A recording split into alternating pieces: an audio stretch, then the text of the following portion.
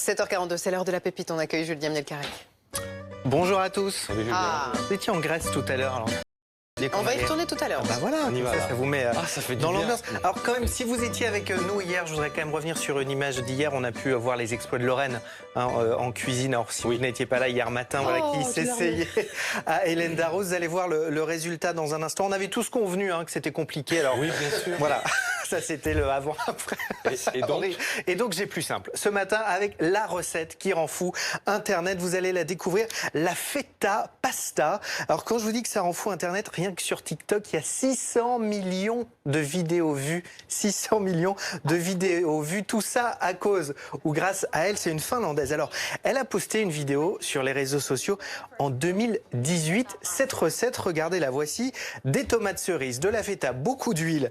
Vous passez de l'ail, du piment, vous passez tout ça au four et vous avez ensuite cette sauce que vous mélangez à des pâtes. Alors, Athénaïs Keller l'a appelé hier et ce buzz mondial est parti d'une histoire mais totalement banale.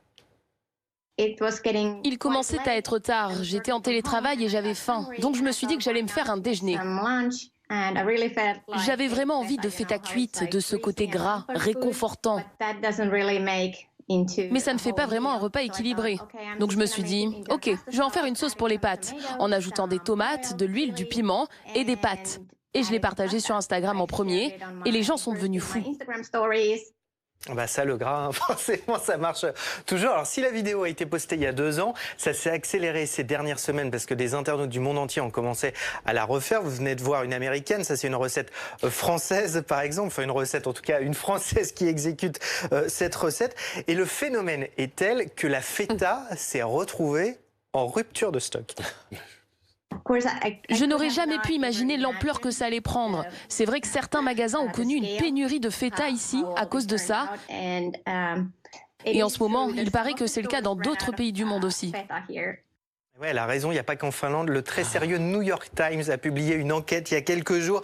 Aux États-Unis, les vendeurs constatent qu'on consomme plus de feta qu'en plein été. C'est normalement un truc qu'on consomme comme les salades grecques. Les commandes sur certains sites ont bondi de 200%. Alors évidemment, ça donne des idées à plein d'internautes qui essaient de surfer sur le phénomène. Regardez par exemple cette adaptation avec une autre marque très connue de fromage. Voilà, vous avez vu. Boursin, pour ne pas la citer. Des idées pour ce soir. Mais c'est vrai, des idées pour ce soir. Merci Julien.